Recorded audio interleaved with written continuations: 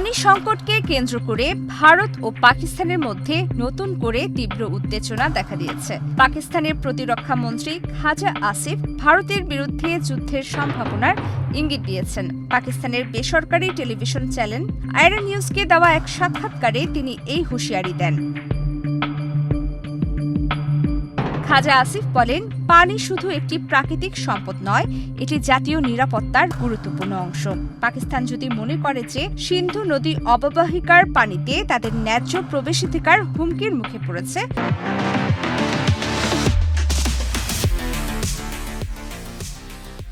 তাহলে তারা চুপ করে থাকবে না। খাজা আসিফ আরও বলেন, যখনই আমরা বুঝতে পারব যে আমাদের জাতীয় নিরাপত্তার অংশ হিসেবে পানির বিষয়টি হুমকির মুখে পড়েছে, তখন ভারতের বিরুদ্ধে যুদ্ধ করতেও দ্বিধা করব না। তিনি আরও অভিযোগ করেন, ভারত পানিকে রাজনৈতিক অস্ত্র হিসেবে ব্যবহার করছে এবং চেনাব নদীর প্রবাহ সংক্রান্ত তথ্য যথাযথভাবে প্রকাশ করছে না।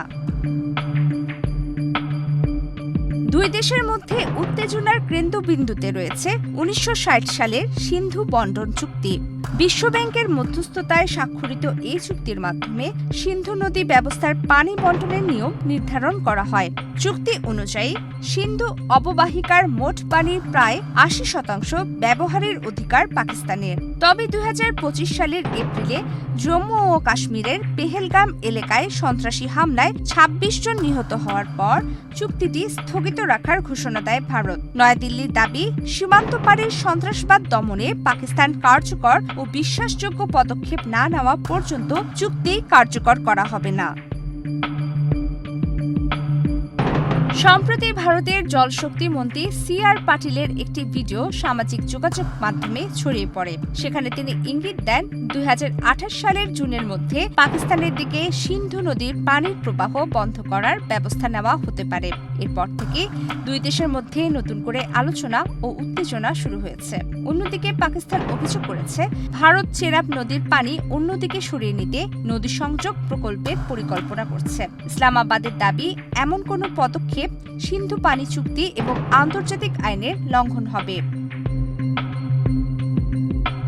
গত সপ্তাহে পাকিস্তানের উপপ্রধানমন্ত্রী ও পররাষ্ট্রমন্ত্রী ইসহাক দার সিন্ধু পানি চুক্তি লঙ্ঘনের অভিযোগ তুলে জাতিসংঘ নিরাপত্তা পরিষদের হস্তক্ষেপ কামনা করেন। বিশেষজ্ঞদের মতে, জলবায়ু পরিবর্তন, খরা এবং ক্রমবর্ধমান পানি সংকটের কারণে পাকিস্তান আগে থেকেই চাপে রয়েছে। এমন পরিস্থিতিতে সিন্ধু নদীর পানির প্রবাহ নিয়ে অনিশ্চয়তা দেশটির জন্য বড় উদ্বেগের কারণ হয়ে উঠেছে। ভারত ও পাকিস্তান উভয়ই পরমাণু অস্ত্রধারী দেশ, তাই পানি নিয়ে এই বিরোধ শুধু দ্বিপক্ষীয় সম্পর্কেই নয়, দক্ষিণ এশিয়ার সামগ্রিক নিরাপত্তা পরিস্থিতির জন্য গুরুত্বপূর্ণ বলে মনে করছেন বিশ্লেষকেরা। প্রমিতি কিবরিয়া ইসলাম, বাংলাদেশ প্রতিদিন।